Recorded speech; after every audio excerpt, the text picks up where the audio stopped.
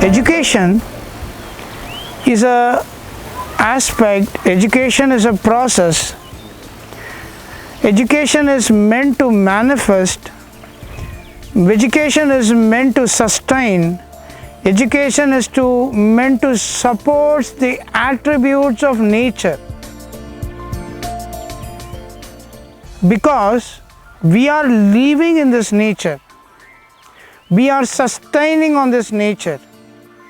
Annad bhavanti bhutani parjanyad anna sambhavaha yajnad bhavanti parjanyo yajnaha karma samudbhavaha. So we are all living on based on anna, and that anna is growing from this nature. So in line with nature, a life in line with nature is what is actually education means. So as I told, education means we have to manifest, we have to sustain, and we support the nature. We have to manifest because creation is, in one sense, it is dull. It has Chaitanya, it is conscious, undoubtedly, but it is inert. If you don't recognize the Chaitanya, when you recognize the Chaitanya, then the manifestation happens. Just like we take a seed, you seed when you see, it doesn't look as alive.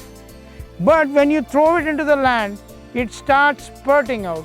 That is life. Then where was the living entity within it which was unobserved in the previous stage? This is called manifestation.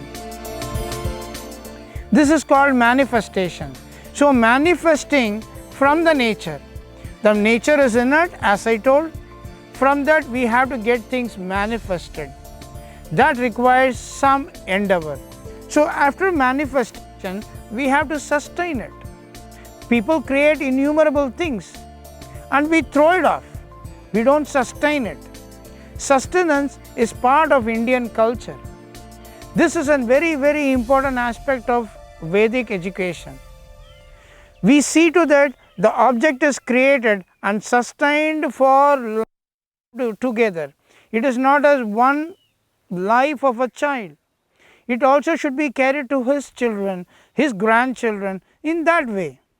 So whatever is being manifested has to be sustained for a very long term, so that it can give a better use to the society.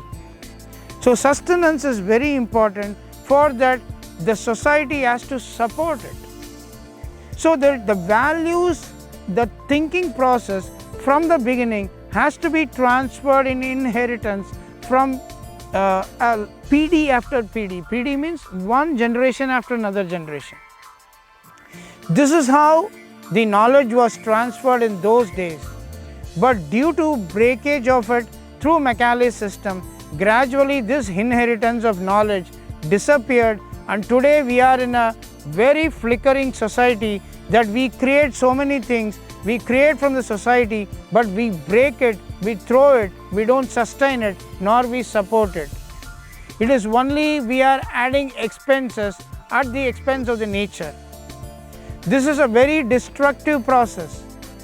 This is not our way our rishis and our great elders taught us. So this is our educational pattern that is going on now in the modern times, is quite in that direction. It is not a point of criticism, it is how it has evolved now. It was done with some motivation to make people get into slavery.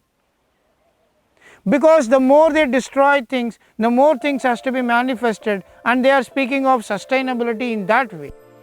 But now you buy a car, you just change it within few months, few years.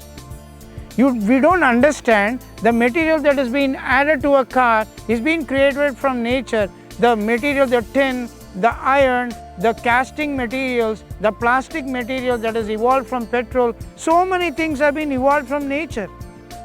But what is the time duration of its usage? Hardly few months and years.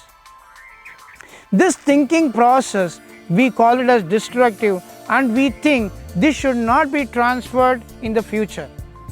If it is transferred like this, in this pattern, it will be very destructive. It will create an unhealthy, unpeaceful condition. So it is very important that we educate in the right way. So in Vrindaranyam Gurukula, we try to do things in the nature, with the nature and for the nature.